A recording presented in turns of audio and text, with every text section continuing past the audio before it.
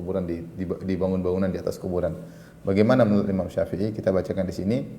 Qala Imam Syafi'i rahimahullah, Imam Syafi'i berkata, ini pembahasan penting karena kita tahu di kebiasaan di banyak negeri kaum muslimin, kuburan ditinggiin, dihias-hiasin, disemenin, ditegelin, diindah-indah seakan-akan membangun rumah.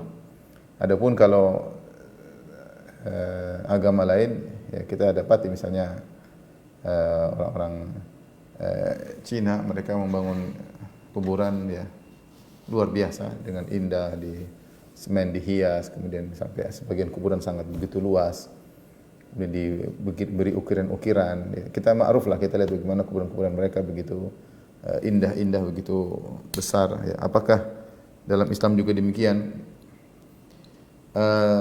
Imam Syafi'i berkata, wa uhibbu an la yuzada fil qabri turabun min ghairihi wa laysa bi an yakuna fihi turabun min ghairihi ba'sun idza zida fihi turabun min ghairi tafa' jiddan. Kata Imam Syafi'i, aku suka jika kuburan tidak ditambah tanah dari yang lain. Jadi kalau kuburan digali, ketika mayat dikuburkan, ya sudah cukup tanah itu saja, tidak usah cari tanah lain lagi untuk ditambahkan ke kuburan ini. Jadi cukup tanah yang tadi digali, mayat dimasukin, tanah itu saja, jangan tambah dari yang lain. Walaysa bi ayyakuna fi turabun min ghairi ba's, ya. Meskipun tidak mengapa kalau ditambah ditambah dari luar, ya. Jika tidak berlebihan tidak mengapa. Idza zida fihi turab min ghairi irtafa jiddan, ya. Kenapa kalau ditambah terlalu banyak, khawatir ketinggian. Ketinggian, jadi kuburan tersebut bisa terlalu tinggi, padahal itu tidak dianjurkan demikian.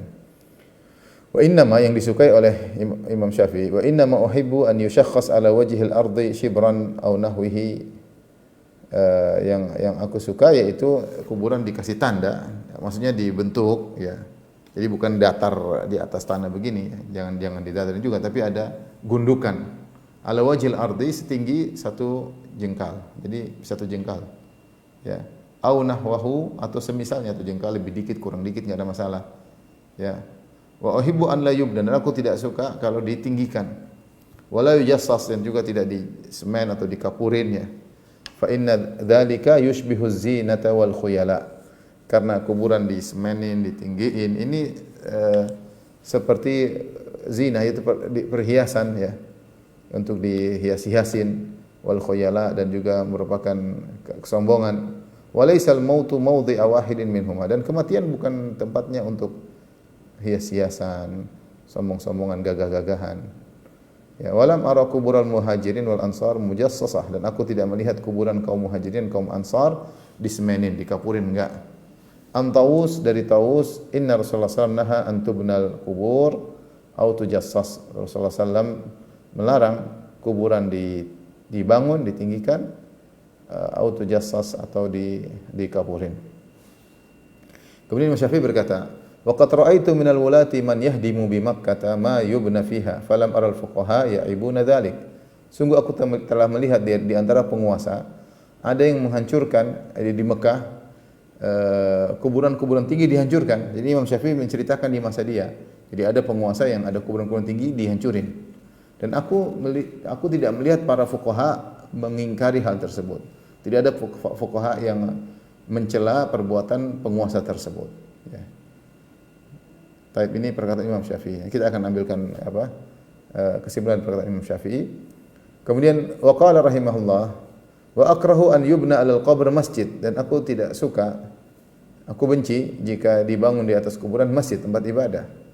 Wa an yusawwa, dan aku tidak suka juga kuburan kalau diratakan. Jangan diratakan juga, tapi tadi yushakhas, yaitu dibuat ada gundukan. Au yusalla alaihi, atau aku tidak suka juga jika ada orang salat di atas kuburan. Wa huwa ghairu musawwan au yusalla ilaihi. Ya. Wa huwa ghairu musawwan. Kemudian salat di atas kuburan sementara kuburan tidak ada gundukannya. Au yusalla ilaihi, dan aku juga tidak suka jika seorang salat ke arah kuburan. Wa in shalla ilaihi ajza'ahu, tapi kalau ada orang salat ke arah kuburan tetap sah. Wa qad asaa, meskipun dia telah melakukan keburukan. dia telah berbuat kesalahan meskipun sah. Akhbarana Malik anna Rasulullah sallallahu alaihi wasallam qala, sungguhnya Imam Malik mengabarkan kepada kami bahwasanya Rasulullah SAW bersabda, qatalallahu al-yahuda wan nasara ittakhadhu qubur anbiya'ihim masajid. Sungguhnya semoga Allah memerangi Yahudi dan Nasara, mereka telah menjadikan kuburan nabi-nabi mereka sebagai masjid-masjid. La yabqa dinani bi ardil Arab, jangan ada dua agama dalam tanah Arab. Kemudian beliau berkata, wa akrahu hadza lisunnah wal athar. Aku membenci ini semua karena ada sunnah yang melarang hal tersebut dan athar-athar para sahabat.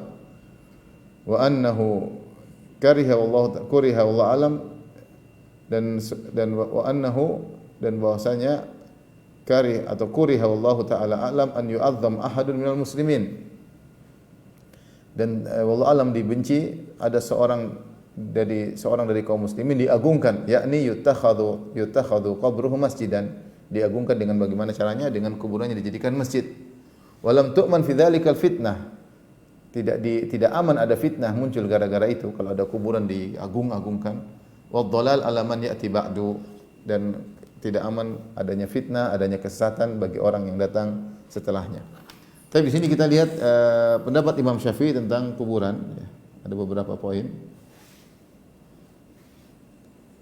kita bisa simpulkan. Ya.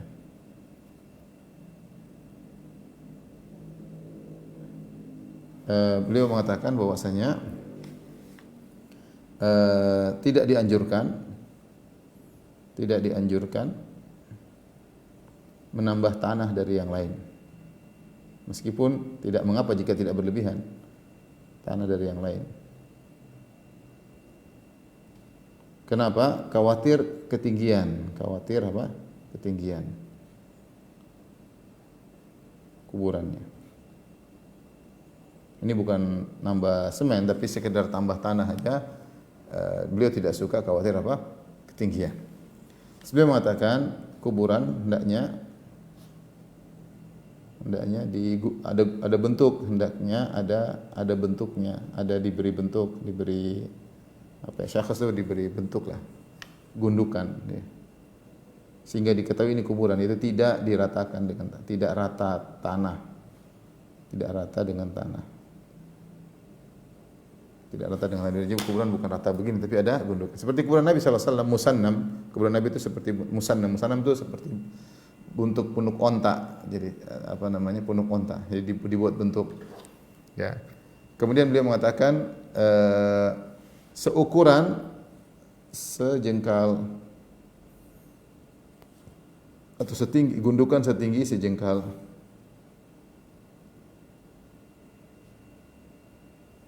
setinggi kurang lebih 1 jengkal, ya segini kira-kira ya, satu jengkal. Satu jengkal. Kemudian beliau juga mengatakan tidak kuburan, ini pertama, yang kedua, yang ketiga, kuburan tidak disemen, tidak dikapur,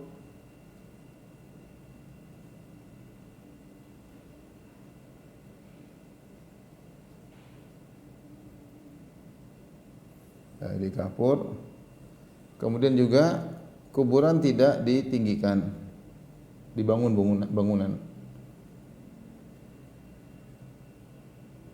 dibangun bangunan di atasnya.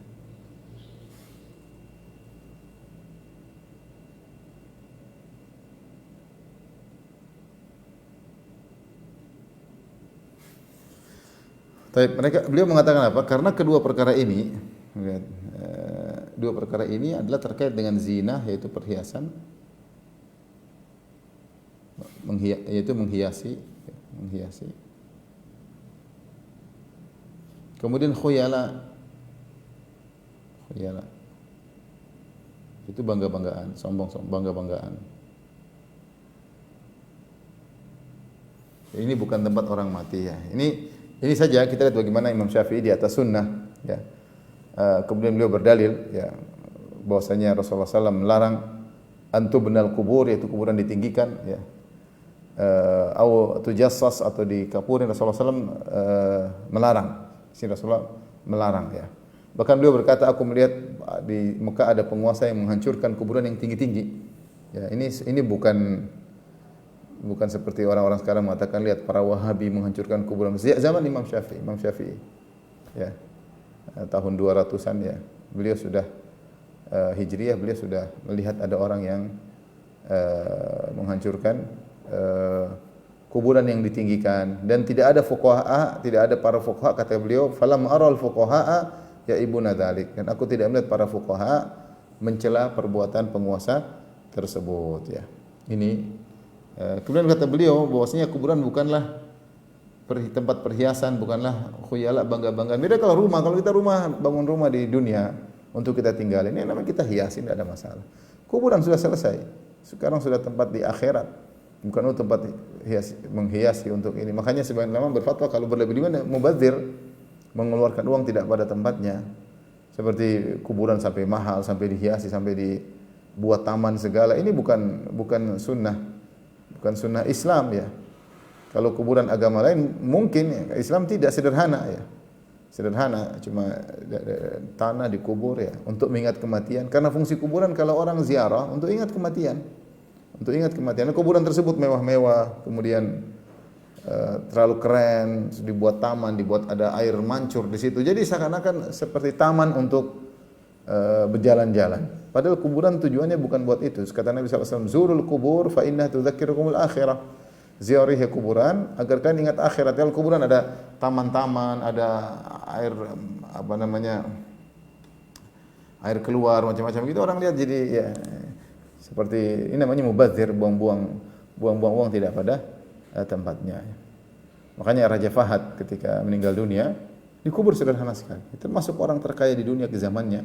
Kemudian meninggal dikubur sederhana, masukkan dalam tanah dikubur. Sampai saya dengar ada sebagian orang masuk Islam gara-gara mendengar seperti itu. Bahwasanya ada raja ketika meninggal dikuburkan biasa saja. Adapun kita dapati dalam agama lain, ada yang kita kuburan mewah-mewah, ada yang bikin acara sampai terlalu mahal, sampai ada orang yang kalau miskin mau meninggal karena acaranya terlalu mahal, dia nebeng sama yang orang kaya kalau meninggal ya. Karena biaya terlalu besar untuk orang dikubur ya. Islam tidak demikian, Islam sederhana, meninggal dikubur dengan penuh kesederhanaan, cuma bawa kain kafan kemudian selesai. Masuk dalam alam berikutnya. Jadi bukan untuk tempat gagah-gagahan kuburan tersebut, bukan juga untuk dihias-hiasin. Maka jangan sampai seorang kemudian bangga-banggaan, oh saya mau dikubur di kuburan mewah. Ini enggak ada dalam Islam mewah-mewahan. Kuburan itu sederhana, bukan mewah-mewahan. Ya, apa yang mau dibangga-banggaan? Ya, emang kalau kuburannya mewah dalamnya kemudian dapat nikmat kubur kan enggak? Ya, kan enggak. Buat apa kita buang uang pada yang tidak perlu? Ya. Pada yang tidak perlu. Kemudian juga beliau mengatakan pada pernyataan berikutnya, wa akrahu an yubna 'alal qabri masjid. Jangan sampai dibangun masjid. 5. Tidak dibangun masjid di atas kuburan.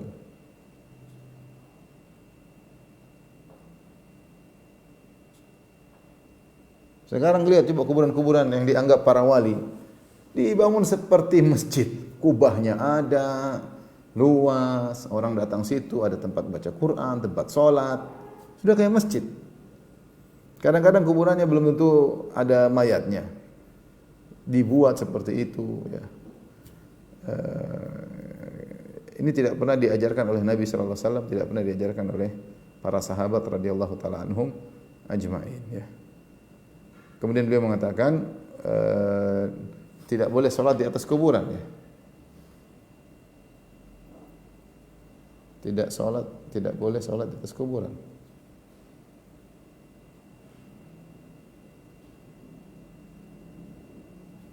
Kemudian juga nomor 7, tidak boleh sholat ke arah kuburan. Datang dalam hadis ya. Wala tusallu ilaihi. Jangan sholat ke arah kuburan. Nabi yang bilang, maka ini meskipun menurut Imam Syafi'i sah, tidak ada khilaf apa hukum orang sholat ke arah kuburan sah atau tidak. Sholat di atas kuburan sah atau tidak, tapi intinya tidak boleh ya. Sah atau tidak urusan lain. Meskipun Imam Syafi'i mengatakan wa in shalla ilaihi ajza, meskipun sholat ke arah kuburan sah, namun waqad asa, namun dia telah melakukan kesalahan. Apa dalil Imam Syafi'i? Beliau berdalil dengan hadis Nabi, qatalallahu al-yahuda wan nasara. Semoga Allah memerangi Yahudi dan Nasrani. Ngeri ancaman.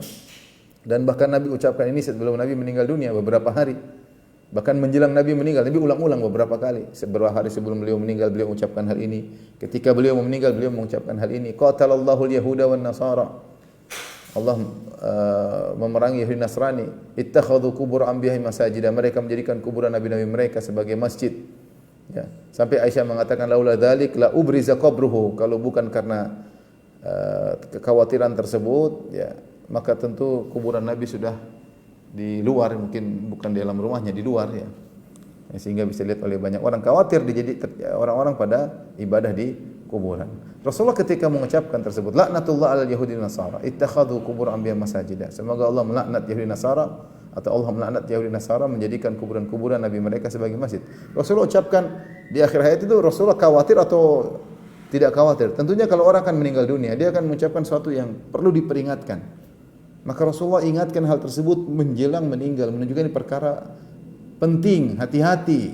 Kalau enggak bahaya ngapain Rasulullah ingatkan? Kemudian sekarang orang menganggap hadis ini hadis kayak enggak ada nilainya. Kemudian dibikin kuburan besar-besar, dibuat kubahnya, bahkan kuburan lebih ramai daripada masjid. Seakan-akan peringatan Nabi menjelang akhir hayat Nabi SAW seakan tidak ada nilainya. Kemudian banyak dai-dai yang menyuruh kepada hal tersebut. Kita lihat di medsos menyedihkan, kuburan besar, gambar foto yang orang dianggap wali tersebut, kasih wewangian, kasih penerangan, kasih dupa-dupa lengkap. Yang semua dilarang oleh Nabi dilakukan. Ada dai-dai yang menyuruh kepada hal tersebut.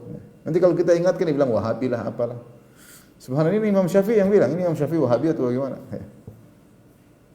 Rasulullah, kemudian Imam Syafi'i mengatakan, wa akrahu hadza li sunnah. Aku membenci ini semua karena sunnah. Sunnah Nabi melarang hal tersebut. Lihat, Imam Syafi'i berdalil dengan sunnah, dengan dalil.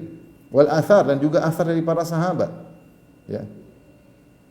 Kemudian Imam Syafi'i menjelaskan, kenapa ini semua dilarang? Beliau mengingatkan, kata beliau, dua sebab. Wa an yu'azzam ahadun minal muslimin, yakni yuttakhadh qabruhu masjidan wa lam tu'man fi dzalika fitnah wa dhalal ala man ya'ti ba'd. Dikhawatirkan menimbulkan fitnah bagi orang datang setelahnya. Jika ada pengagungan, kata Imam Syafi'i, jika ada pengagungan terhadap mayat,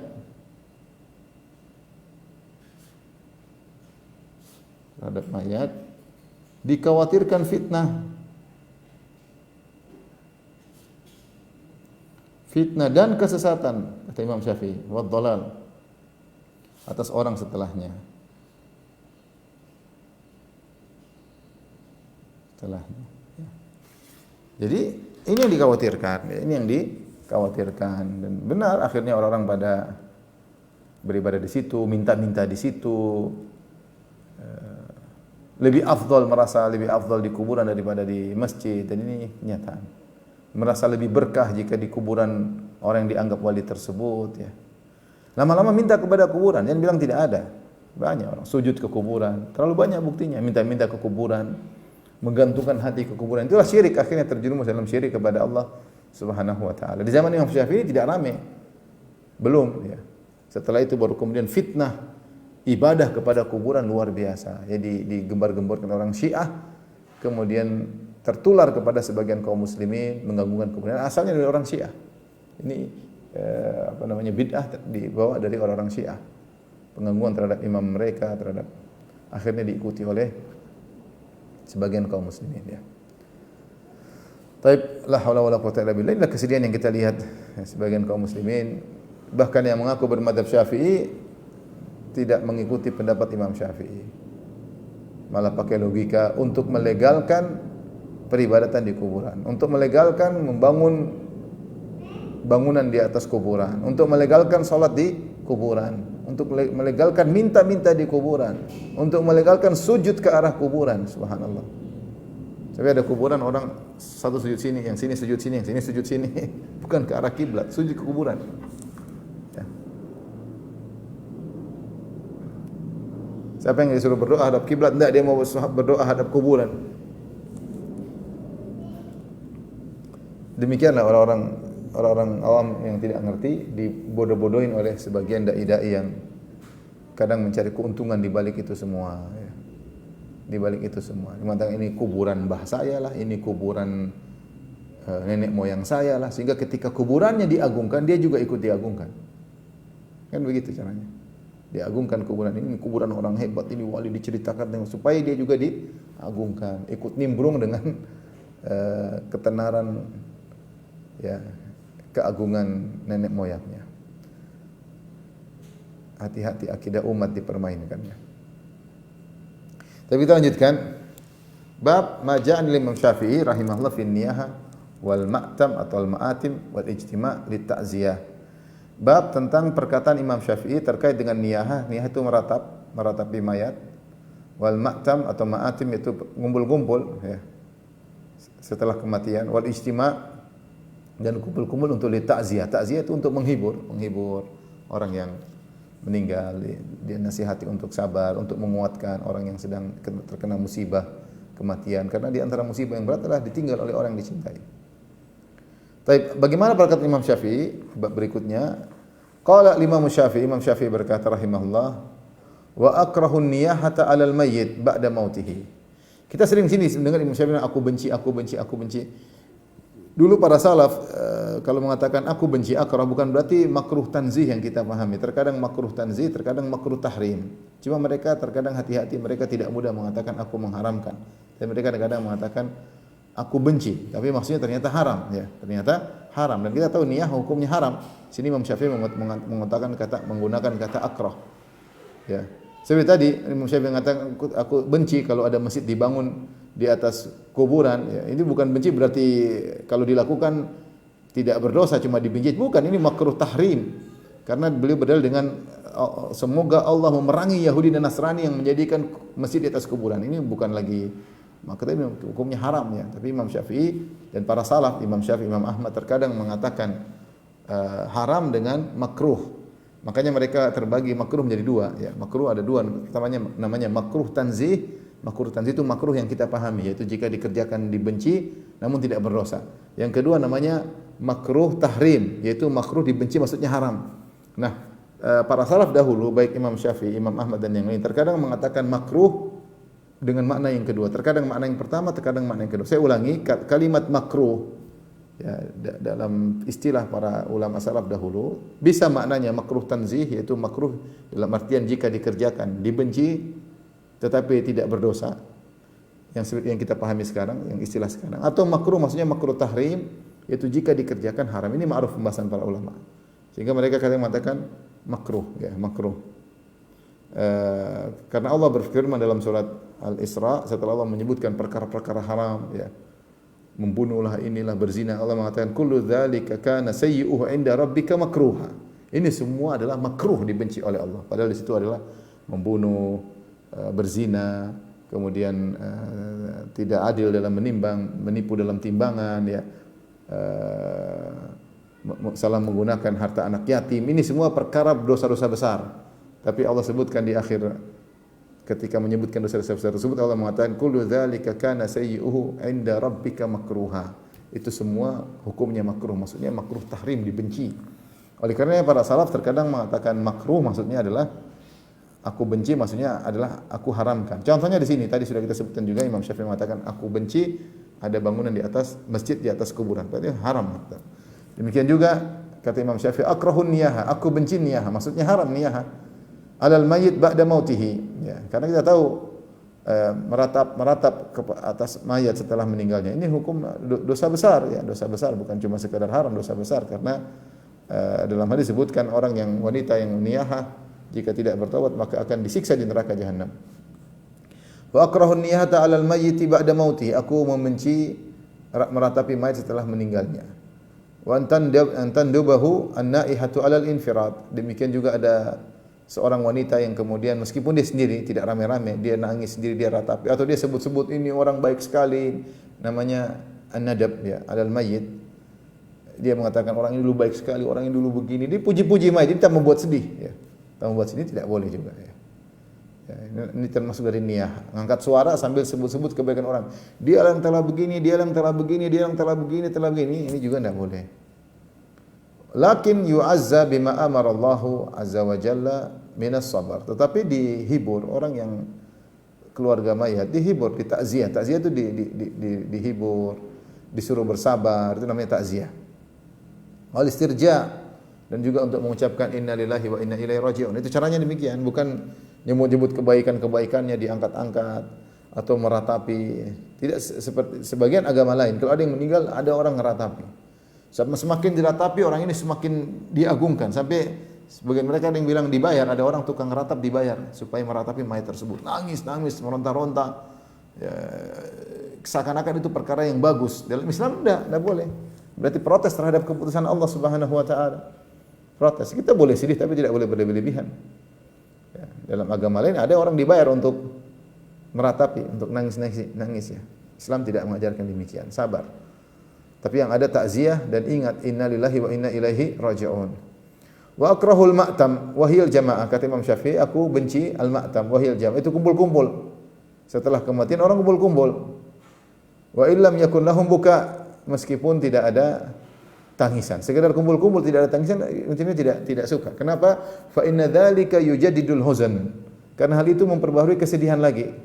Wa yukalliful mu'nah ma madha fihi min al-asr. Perhatikan kata Imam Syafi'i, dua sebab kenapa tidak suka kumpul-kumpul setelah orang meninggal dunia. Pertama, memperbaharui kesedihan. Tadinya 3 hari orang dikasih batas, hari keempat sudahlah. Sudah aktivitas biasa. Jangan sedih berlama-lama. 3 hari ini datang lagi. Orang sedih lagi. Yang kedua, yukalliful mu'nah, bikin repot. Ini hal yang tidak perlu, beban lagi, merepotkan orang yang ditinggal, ya, orang yang meninggal datang lagi, ya. Namanya kegiatan repot, ya. Padahal ada kegiatan-kegiatan yang lain. Wa yukalliful mu'nah, membebani ma madha fihi min al-asar, disertai dengan dalil-dalil yang melarang akan hal tersebut. Ya, ini tentu saya sudah bahas panjang lebar dalam buku saya. Judulnya Ajaran-ajaran Imam Syafi'i yang ditinggalkan oleh sebagian pengikutnya. Di atasnya saya bahas tentang masalah hukum tahlilan. Ya, bahwasanya tahlilan ini menyelisihi sunnah dan menyelisihi ajaran Imam Syafi'i. Sunnahnya adalah memberi keringanan kepada keluarga yang kematian. Kata Nabi sallallahu alaihi wasallam, "Isna'u ta'aman li ali Ja'far." Bikinlah makanan buat keluarga Ja'far yang meninggal dunia. Kita yang menyumbang, kita yang bawa makanan. Alhamdulillah sekarang teman-teman kalau ada yang meninggal ikut bantu kirim makanan, kirim bantuan untuk menghibur mereka dengan doa, disertai doa, dengan takziah, ya. Seperti itu. Bukan merepotkan mereka bikin makanan, malah merepotkan. Ini yang pertama ya. Yang kedua, berlebih-lebihan sampai hari kesekian, akhirnya pemborosan, pembebanan, beban bagi orang yang mendapatkan musibah plus musibah ada yang meninggal, musibah harus nanggung acara berhari-hari. Ini tentu tidak dibenarkan dalam syariat. Seharusnya dibantu, malah sekarang malah merepotkan. Sampai akhirnya ada yang menghutang sana, berhutang sini. Tidak ada dalilnya, ya, tidak ada sunnahnya hal tersebut, ya. Bagaimana yang di zaman Nabi tidak dilakukan sekarang dijadikan wajib. Saya sampai enggak habis pikir. Di zaman Nabi tidak ada acara seperti ini. Sekarang dianggap wajib. Siapa yang bilang tidak wajib? Dianggap wajib oleh masyarakat. Buktinya jika ada yang tidak melakukannya, dikucilkan. Sampai ada kawan dipaksa untuk melakukan ini. Kalau tidak boleh dikubur di areal tertentu. Sampai seperti itu, ya. Tidak boleh dikubur sini kalau tidak ikut acara seperti itu. Jadi mengerikan. Jadi sudah bukan, ini tugasnya para dai, ya. Jangan sampai dianggap ini wajib. Bagaimana sesuatu yang tidak ada di zaman Nabi sekarang jadi wajib? Bagaimana kita berani menambah-nambah ajaran dalam Islam? Sehingga orang kalau tidak melakukan seperti yang mereka lakukan acara saya berhari-hari, dianggap telah sesatlah, telah menyimpanglah, seperti ngubur kucinglah. Jadi wajib. Gimana wajib? Zaman Nabi tidak ada. Berani kita mengatakan suatu di zaman Nabi tidak ada, berani kita katakan wajib sekarang? Bagaimana kalau kita ditanya oleh Allah pada hari kiamat kelak, mewajibkan sesuatu yang tidak Allah wajibkan sama sekali? Justru yang sunnahnya kebalikannya, meringankan beban bukan memberatkan. Oleh karena seorang yang sebagian dai yang mungkin terbawa ikut mewajibkan, renungkan akan hal ini. Anda akan ditanya oleh Allah pada hari kiamat kelak. Bagaimana sesuatu yang di zaman Nabi tidak ada kemudian Anda katakan wajib, memprovokasi massa untuk mewajibkan hal tersebut. Ya. Jika tidak ada yang melakukan kemudian dikucilkan dan dituduh yang tidak. Allahul musta'an. Tapi kita lanjutkan bab terakhir dari kitab ini.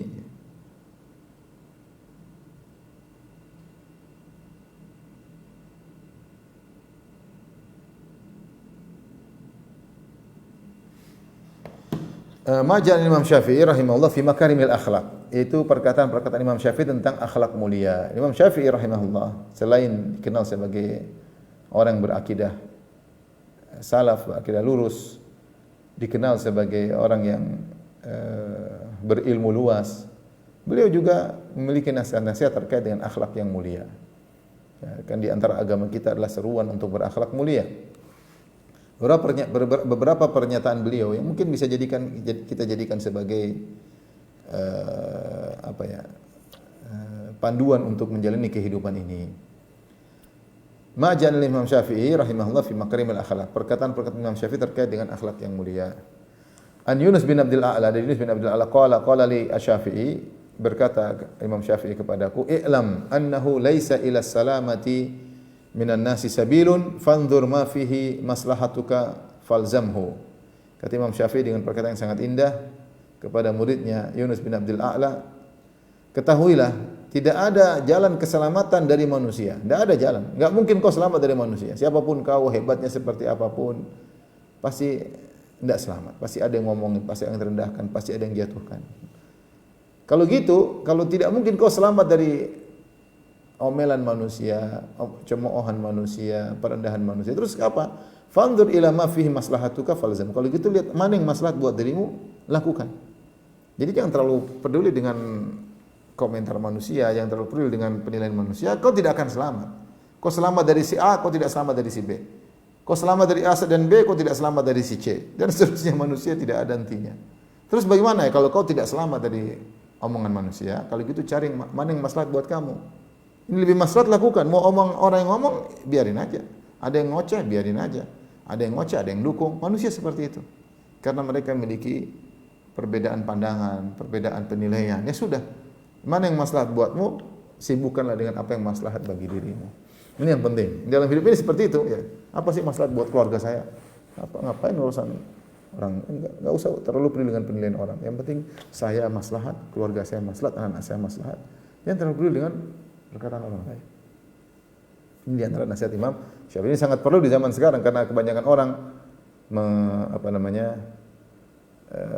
menggantungkan kebahagiaannya dengan perkataan netizen atau perkataan orang sekitar. Rendah. Kita ini cari apa yang maslahat buat kita di dunia dan akhirat, kemudian kita lazimi. Jangan terlalu peduli dengan perkataan orang. Yang penting kita benar sesuai dengan sunnah, sesuai dengan syariat, maslahat bagi kita dunia dan juga akhirat. Tapi yang berikutnya, wa an Yunus bin Abdul A'la, dari Yunus bin Abdul A'la beliau berkata, qala sami'tu Syafi'iyya yaqul, kata Yunus bin Abdul A'la berkata, aku mendengar guruku Imam Syafi'i berkata, siyasatun nasi asyaddu min siyasatid dawab. Mengatur manusia lebih sulit daripada mengatur hewan. Mengatur manusia lebih sulit mengatur hewan. Enggak gampang ngatur manusia ya. Ngatur hewan kalau sudah tahu ahli mudah ya. Orang gembala kambing banyak, macam-macam kambing modelnya bisa diatur. Manusia enggak gampang, berubah-ubah, moodnya berubah-ubah, keinginan berubah-ubah, mudah terpengaruh kadang-kadang begini ya. Sudah dianggap baik ternyata berkhianat. Manusia modelnya macam-macam. Maka maksudnya sabar dalam mengatur manusia itu sabar. Tidak semudah yang dibayangkan. Butuh kesabaran. Ngatur keluarga, ngatur anak-anak, tidak mudah, butuh kesabaran, butuh strategi ya. Karena strategi ngatur siasat, strategi ngatur hewan lebih mudah. Ngatur hewan juga butuh strategi, tapi ngatur manusia lebih butuh strategi. Oleh karena sabar. Jadi kalau jadi pemimpin atau pemegang kekuasaan ya jangan menganggap mudah, enggak mudah dan butuh sabar. Demikianlah manusia, karena mengatur manusia lebih sulit daripada mengatur hewan-hewan. Makanya kalau jadi kepala ini, mudir ini, ya, direksi ini ya sudah direktur pasti ngatur manusia. Manusia ngaturnya enggak gampang, butuh strategi, butuh siasat. Kemudian Anil Rabi' bin Sulaiman Al-Muradi, dari murid Imam Syafi'i yang lain, Rabi' bin Sulaiman Al-Muradi, beliau berkata, sami'tu Syafi'i yaqul, aku mendengar Imam Syafi'i berkata, al-mira'u fid din yuqassil qalba wa yurithu dhaga'in. Perdebatan dalam agama hanyalah menjadikan hati keras dan menimbulkan permusuhan, ya, kedengkian. Yaitu hindari perdebatan dalam agama, ya. Tidak harus semuanya kita debatin, sampaikan yang hak sudah selesai. Ya. Sampaikan hak, kemudian jalan lanjutkan. Ya. Hidayah di tangan Allah. Kita debat ribut. Kalau tidak darurat, Enggak perlu. Terlalu banyak diskusi dalam agama tidak darurat ya. Maksain orang untuk mengikuti pendapat kita. Ini hanya menimbulkan hati menjadi keras.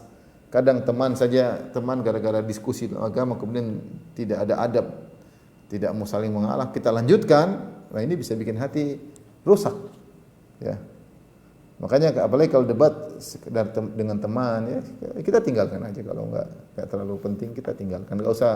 Makanya Rasulullah mengatakan ana zaimun fi baitin fi rabadil jannah liman taraka al-mira'a wa in kana muhiqqan. Aku menjamin istana di pinggiran surga bagi orang yang meninggalkan perdebatan meskipun dia yang benar. Kita debat masalah agama, diskusi, kemudian teman kita ngeyel angkat suara, jangan lanjutin. Jangan lanjutin. Kalau kita lanjutin nanti bikin jengkel, akhirnya menimbulkan hati menjadi keras dan kedengkian muncul antara kita dengan teman kita yang harusnya kita dekat dengan dia. Kalau perdebatan sudah sampai suara tinggi berhenti, jangan lanjutkan. Jangan lanjutkan. Sudahlah, masing-masing punya pendapat, hidayah di tangan Allah, jangan lanjutkan. Taib, wa ini Rabi' bin Sulaiman. Rabi' bin Sulaiman berkata juga, "Anna Syafi'i yaqul," bahwasanya Imam Syafi'i berkata, "Wallahi alladzi la ilaha illa huwa." Demi Allah yang tidak ada yang berhak disembah kecuali Allah. "Lau alimtu anna syurbal ma'i al-barid yanqusu min muru'ati ma syaribtuhu." Demi Allah kalau saya tahu minum air dingin, ya, air dingin itu minum mereka sangat suka, apalagi di daerah yang ada panas. Kalau air misalnya taruh di kendi, terus air lagi musim panas, minum air dingin itu suatu kenikmatan yang luar biasa. Zaman dulu belum ada kulkas ya. Musim panas terus ada air taruh di kendi atau di tempat dingin itu luar biasa. Tapi Imam Syafi'i berkata seandainya minum kelezatan ini bisa mengurangi muruahku, itu kehormatanku ya. Tentu aku tidak akan minum masyaribtuhu. Al-muruah maksudnya suatu hal yang kita jaga. Ada dulu para salaf dulu meninggalkan perbuatan-perbuatan yang boleh. Meskipun itu boleh, ternyata kalau bisa mengurangi muruah menurut penilaian orang di zaman itu ini kurang bagus, ya maka dia tidak melakukannya, tidak melakukan. Seperti kalau itu bilang pakai baju, kalau zaman dahulu zaman Nabi, pakai baju satu, masuk masjid zaman dulu, tidak mengurangi muruah. Tapi kalau ada sekarang ada orang misalnya saya ustaz, saya pakai baju kaos dalam, pakai celana, semua masuk masjid sholat di masjid, jadi imam, kira-kira mengurangi muruah enggak? Hukumnya boleh. Saya pakai celana yang saya punyai, kemudian pakai kaos dalam aja, tidak pakai songkok, kemudian masuk masjid, sholat jadi imam, ini perkara boleh, tapi ini mengurangi muruah. Pandangan masyarakat ini tidak cocok seperti ini di masjid ya. Apalagi saya masuk masjid, kemudian saya pakai topi, saya balik belakang jadikan songkok, kemudian saya sholat ya. Tidak larang songkok, topi begini boleh, cuma kalau saya masuk masjid jadi imam terus saya pakai kaos oblong, kemudian topinya saya balik, ini mengurangi muruah. Seperti itu maksudnya muruah seperti itu. Ada hal yang boleh kita lakukan tapi mengurangi muruah kita. Padahal itu hukumnya boleh.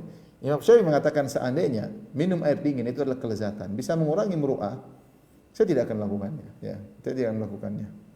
Kemudian beliau berkata, "Walau kuntul yauma mimman yaqulu syi'r la rafaitul muruah." Kalau saya adalah orang yang pandai yang sering mengucapkan syair, tentu saya akan mengucapkan rafaitul muruah, maksudnya saya akan mengucapkan syair-syair tentang kematian muruah.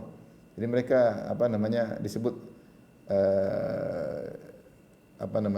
orang dulu kalau ada yang meninggal mereka sebutkan syair-syair memuji tentang kepergian seorang yang sudah meninggal dunia. Maksudnya Imam Syafi'i mengatakan dia ingin menyampaikan zaman dia sudah banyak muruah yang ditinggalkan.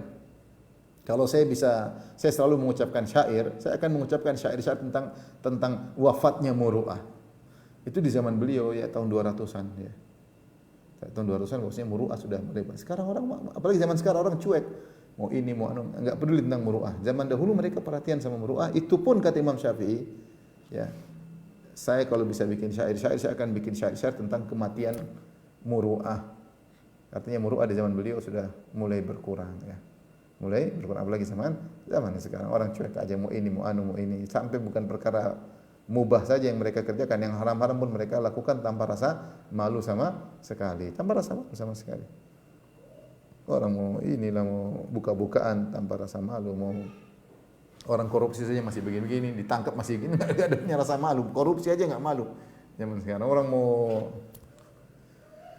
ya sudahlah, begitulah kondisi ya, sebagian manusia di zaman sekarang. Wa anil Muzani, kemudian dilanjutkan, wa anil Muzani anna Syafi'i amla alaihi, dari Al-Muzani murid Imam Syafi'i, bahwa Imam Syafi'i mendiktekan kepadanya suatu syair, yaitu akthir minal ikhwani mastata'ta innahum butunun in istanjattahum wa dhuhurun wa laysa kathiran alfu khillin liaqilin wa inna aduwan wahidan lakathiru. Perbanyaklah teman-teman jika kau mampu, sungguhnya teman-teman itu kalau kau minta tolong sama mereka, mereka akan bantumu dari dalam maupun luar, ya. Mereka penolongmu, kalau punya teman bagus, membantu, ada keperluan mereka akan membantumu. Walaysa katsiran alfu khillin liaqilin. Teman 1000 tidak ada masalah, tidak repot bagi seorang yang berakal. Wa inna aduwan wahidan lakatsir. Tapi kalau musuh satu saja banyak repot. Musuh satu saja repot. Maksudnya hidup ini jangan cari masalah, jangan cari musuh. Berteman aja. Tidak semua jadi teman dekat, tapi berteman banyak. Kita teman banyak, punya teman banyak, tapi bukan berarti jadi teman-teman dekat. Kita kenal baik sama orang. Jangan jadikan orang sebagai musuh kita. Karena musuh satu aja bikin masalah, apalagi musuh bebuyutan, ya itu repot. Ya. Musuhnya repot, satu aja repot. Makanya jangan cari musuh dalam kehidupan ini. Kalau tidak darurat harus kita jadikan musuh, jangan jadikan musuh. Ya. Taib. Wa anil Muzani qala, Al-Muzani berkata, jadi maksudnya dalam kehidupan ini jangan cari masalah sama orang. Kalau memang harus ada masalah baru kita siap. Kalau itu karena agama kita cari masalah, enggak apa. Selama tidak harus kita harus bermusuhan sama dia, jangan cari musuh. Teman aja, teman tidak harus dekat. Yang kita sapa, ketemu, say hello, ketemu ramah, senyum, ya. Teman banyak enggak ada masalah, ya. Jangan kemudian kita sini cari masalah, situ cari masalah. Musuh satu saja bikin repot, kata Imam Syafi'i. Musuh satu banyak, kata Imam Syafi'i. Wa inna aduwan wahidan lakatsir. Musuh satu saja sudah itu dianggap banyak. Satu musuh, apalagi kalau musuhnya banyak. Wa anil Muzani qala sami'tu Syafi'i yaqul. Jadi Al-Muzani berkata rahimahullah, Imam Syafi'i rahimahullah berkata, asy-syafa'at zakatul muru'at. Asy-syafa'at zakatul muru'at. Syafaat maksudnya memberi syafaat. Memberi syafaat itu kalau ada orang kita bisa bantu dengan syafaat, dengan kata-kata kita ngomongin, kasih, kalau bahasa kita apa, kasih memo, ya, kasih rekomendasi sehingga bisa membantu dia, itu namanya syafaat dalam Islam. Syafaat, man yashfa' syafa'atan hasanatan, ya, siapa yang memberi syafaat yang baik maka dia akan mendapatkan pahala juga. Kita ngomongin sama orang yang kaya untuk bantu dia, kita punya kenalan, punya kedudukan di sisi pejabat, kita sampaikan ada ini desa ini butuh ini, kemudian akhirnya diturunkan, namanya syafaat seperti itu. Karena kita punya kedudukan, kita sampaikan kepada orang yang bisa membantu, namanya syafaat. Kata Imam Syafi'i, syafa'atu zakatul muru'ah. Syafaat adalah zakat, yaitu kewajiban muru'ah. Orang kalau punya muru'ah, dia punya kedudukan, ya dia berusaha bantu orang. Dia berusaha bantu orang. Sebab ada seorang salaf, dia kasih syafaat sama orang, dia tulis memo untuk orang tersebut. Nah, orang tersebut bilang, terima kasih, syukran, asykuruk. Kata dia, enggak perlu. Ini bukan yang perlu disyukuri, ini adalah kewajiban. Karena ini adalah zakat al-muru'ah. Dia berkata, asy-syafa'at zakatul muru'ah. Ya, artinya, saya punya kedudukan. Apa bayar zakat? Supaya saya tidak dihisab besar oleh Allah Subhanahu wa taala. Saya punya kedudukan, saya gunakan kedudukan tersebut untuk kebaikan dengan memberi syafaat. Maka syafaatlah zakatnya muru'ah. Daripada saya dihisab oleh Allah semakin sulit, punya kedudukan tidak dimanfaatkan, maka saya punya kedudukan, saya gunakan untuk beri syafaat. Maka jadikan syafaat zakatul muru'ah. Orang punya muru'ah, dihormati orang, disegani orang, keluarkan zakat. Di antara zakatnya supaya mengurangi beban hisab di hari kiamat, memberi syafaat. Ya, makanya kata Nabi SAW, isfa'u tu'jaru. Ya. Berilah syafaat kepada orang, kau akan dapat pahala. Wal yaqdi Allahu ala lisan nabihi. Pokoknya kalau bisa syafaat kasih, kalau enggak bisa sudah enggak apa lagi. Oh, saya enggak bisa bantu. Tapi kalau kita punya kedudukan, apa salahnya kita telepon sebentar, tolong bantu ini. Apa salahnya kita bilang, ini ada orang begini, tolong diperhatikan. Apa salahnya? Kita dapat pahala. Dan kalau kita sudah bantu gitu, jangan kita tidak berharap diterima kasih oleh orang tersebut, jangan. Kita punya kaidah kata Imam Syafi'i, asy-syafa'at zakatul muru'ah. Bosnya syafaat itu zakat yang harus dibayar. Ya, agar kita tidak dihisab oleh Allah Subhanahu wa taala. Tapi berikutnya, wa anil Hasan bin Abdul Uzza qala Hasan bin Abdul Aziz, anil Hasan bin Abdul Aziz, apa ini, Al-Jarawi atau Allah alam namanya siapa, ya. intinya dia meriwayatkan dari Imam Syafi'i, Walil Hasan bin Abdul Aziz, qala Syafi'i, dia berkata, Syafi'i berkata, "Ma nadhartu ahadan fa ahbabtu an yukhti." Aku tidak pernah berdebat atau berdialog, berdiskusi dengan seorang pun dan aku ingin dia yang salah. Enggak. Imam Syafi'i di antara bersihnya hatinya, dia tidak ingin kalau diskusi kemudian dia yang benar itu yang salah. Enggak. Enggak. Wa ma fi qalbi min ilmin illa wadittu annahu 'inda kulli ahadin wa la yunsabu ilayya. Yang kedua dia mengatakan tidak ada dalam hatiku ilmu apapun.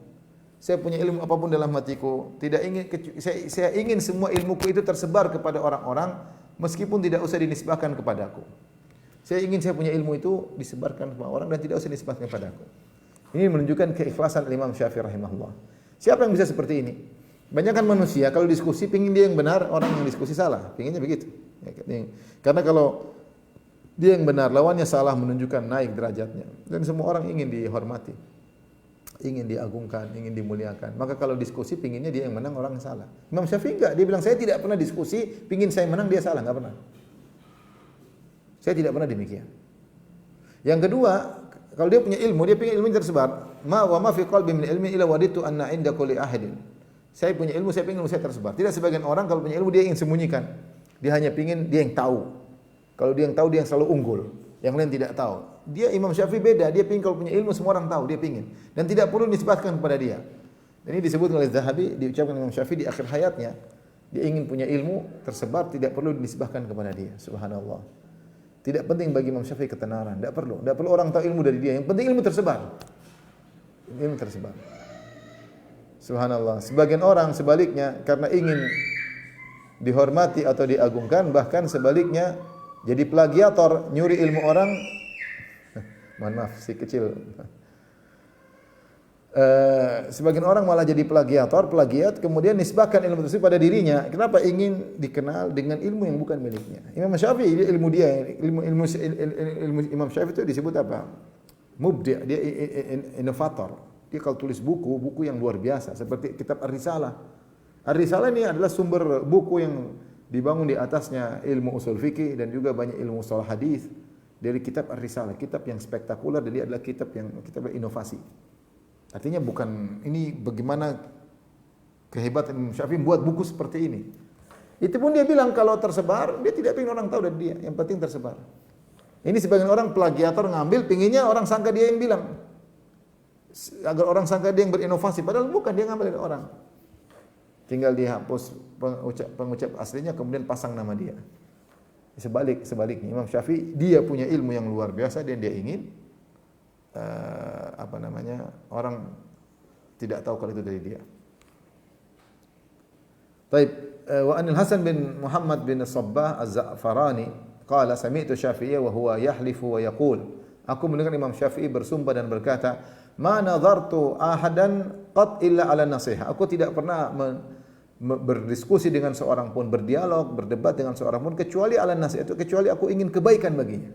Bukan untuk menang-menangan, tapi aku ingin kebaikan baginya, ya, untuk menasihati dia, untuk menasihati dia. Ini menunjukkan Imam Syafi'i tidak mau debat-debat kusir, tidak ada faedahnya. Enggak, dia kalau mendebat untuk memberi apa?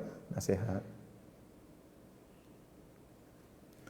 Qala al-Imam Abu Hatim bin Hibban rahimahullah, "Thalathu kalimatin ma takallama bi ahadun fil Islam qablahu." 3 nasihat tidak pernah seorang mengucapkan sebelum Imam Syafi'i. Wala tafawwa biha ahadun ba'dahu, dan tidak seorang pun mengucapkan setelah Imam Syafi'i. Wa illa wal ma'khadh fiha kana anhu. Kalau ada yang mengucapkan 3 nasihat ini, semuanya pasti dari Imam Syafi'i. Tidak ada sebelum Imam Syafi'i mengucapkan dan tidak ada setelahnya. Kalau ada yang mengucapkan itu dari Imam Syafi'i. Apa 3 nasihat tersebut? Yang pertama, sami'tu Ibnu Khuzaimah, kata Ibnu Hibban, sami'tu Ibnu Khuzaimah yaqul sami'tu al-Muzaniyya yaqul sami'tu Syafi'iyya yaqul. Ibnu Khuzaimah mengatakan aku mendengar Muzani berkata aku mendengar Imam Syafi'i berkata, "Idza sahha lakumul hadits an Rasulillah sallallahu alaihi wasallam fakhudhu bihi wa da'u qawli." Jika kalian telah valid suatu hadis dari Rasulullah sallallahu, maka ambillah hadis tersebut dan tinggalkanlah perkataanku. Karena Imam Syafi'i ingin menjelaskan tidak semua hadis dia tahu. Ya, kalau ada perkataan hadis Nabi yang sahih yang Imam Syafi'i diperkirakan tidak tahu hadis tersebut, ya. Tidak ada isyarat dari perkataan Imam Syafi'i bahwa Imam Syafi'i tahu hadis tersebut. Ya, kemudian ternyata menyelisih perkataan Imam Syafi'i, kata Imam Syafi'i, tinggalkanlah perkataanku. Ambil hadis Nabi sallallahu alaihi wasallam, ya. Namun maksud saya tidak serta-merta ada hadis kita bilang Imam Syafi'i tidak tahu. Enggak, tidak semudah itu. Imam Syafi'i ulama hadis, digelari dengan Nasrul Hadis, penolong hadis. Dia membantah ashabul ra'i, dia bantah, dia tahu banyak hadis, ahli hadis. Tapi kalau ada pendapat Imam Syafi'i, kira-kira Imam Syafi'i mengatakan dalam beberapa pendapatnya, ya, artinya kalau tidak ada hadis, ya, maka pendapat seperti ini, ya. Artinya kalau ini pendapat kira-kira Imam Syafi'i tidak tahu tentang hadis ini, ya, baru kita katakan kita tinggalkan perkataan Imam Syafi'i. Tapi kalau kita tahu Imam Syafi'i sudah isyaratkan hadis tersebut, ternyata dia punya pendapat lain tentang hadis ini, dan dia tahu hadis ini namun dia punya tafsiran lain, maka tidak berlaku perkataan Imam Syafi'i ini. Perkataan Imam Syafi'i ini berlaku bagi masalah yang Imam Syafi'i memang tidak tahu hadis tersebut, kemudian ada hadis yang menyelisih Imam Syafi'i, maka Imam Syafi'i mengatakan buanglah perkataanku.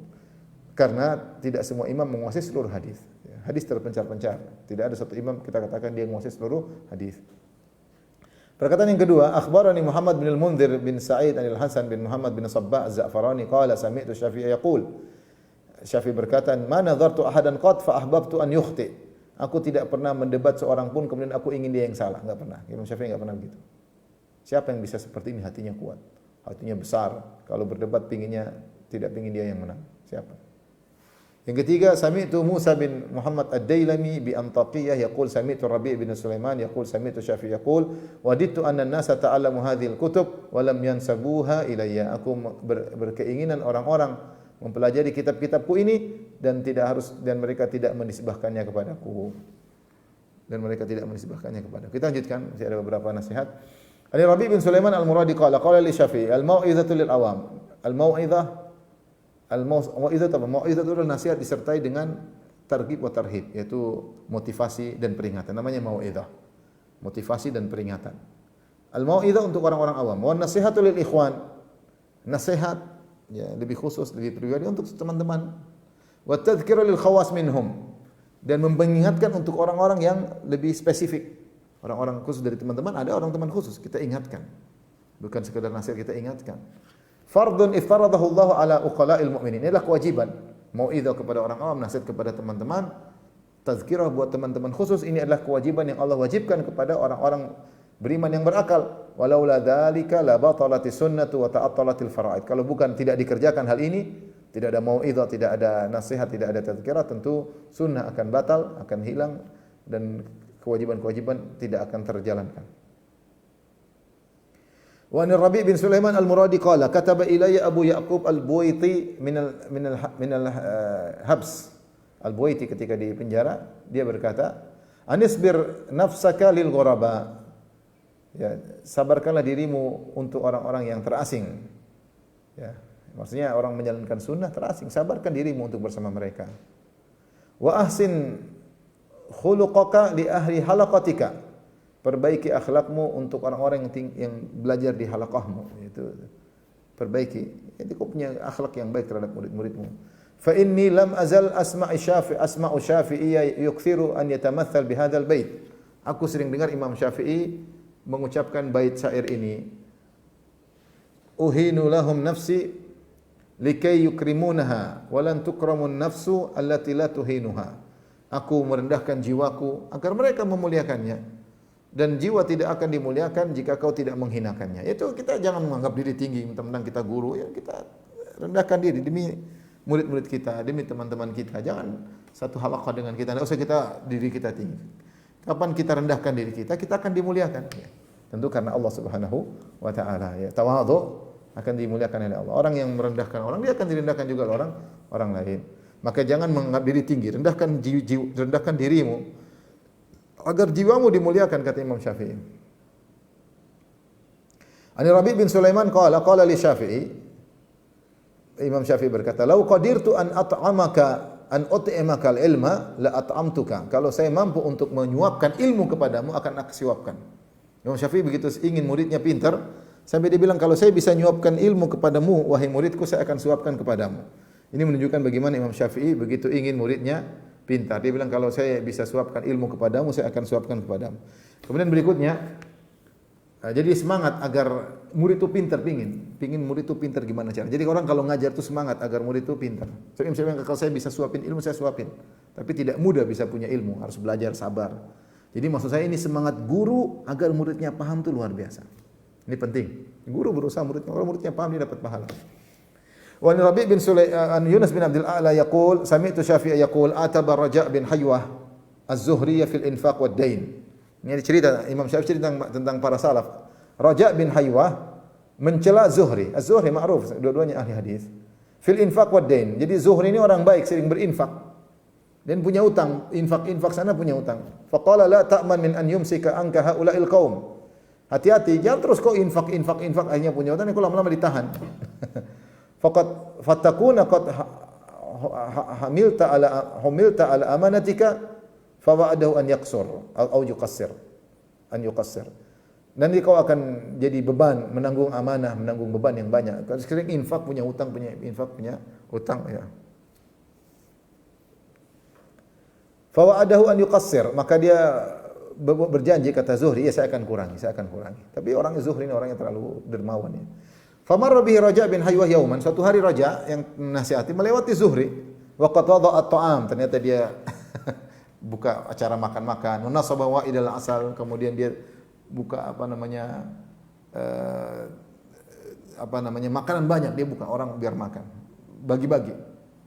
Padahal dia bisa sampai punya utang gara-gara seperti itu. Faqala lahu Raja' hadza alladhi iftaraqna alaihi. Ini yang kita berbeda. Dinasihati. Faqala Zuhri inzil, turun, ayo makan. Fa inna as-sakhiyya la tuaddi bihi at-tajarib. Ya. Kata Zuhri, perkataan indah. Orang yang dermawan tidak bisa dikasih pelajaran dengan pengalaman. Ya sudah, artinya saya hobinya begini, mau saya ada beban utang, dia tidak peduli. Ya sudahlah.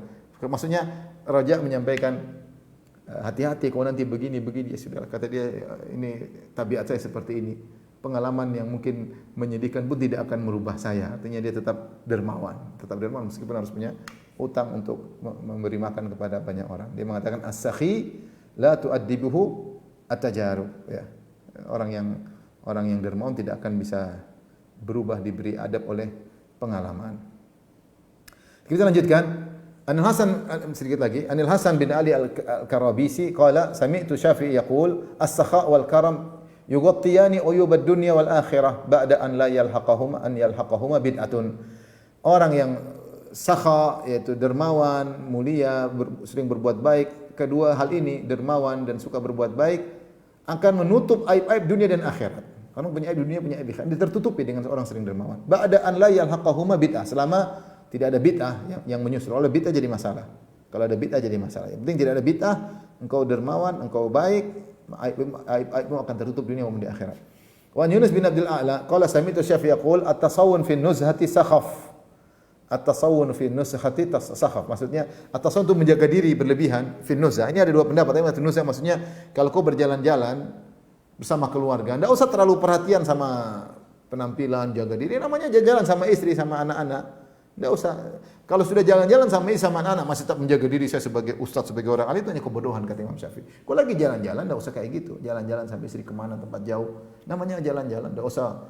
Kalau kau tetap saja memposisikan dirimu sebagai seorang syekh, yang namanya bukan jalan-jalan sama anak dan istri. Ini pendapat.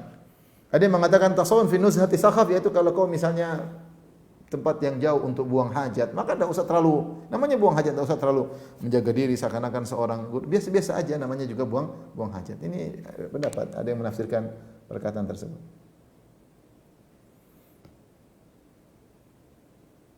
Sedikit lagi, 3 asar lagi, sabar ya. An Rabi' bin Sulaiman qala Syafi'i asy-syi'ru kalamun. Syair itu perkataan. Hasanuhu ka hasanil kalam. Kalau syair baik seperti perkataan yang baik. Wa qabihu ka qabihil kalam. Syair yang buruk sama seperti perkataan yang buruk. Ghairu annahu kalamun baqin syair. Bedanya kalau syair itu pembicaraan yang terus berjalan. Kalau pembicaraan kan kita ngomong selesai. Tapi kalau gitu syair, pembicaraan ini tetap abadi.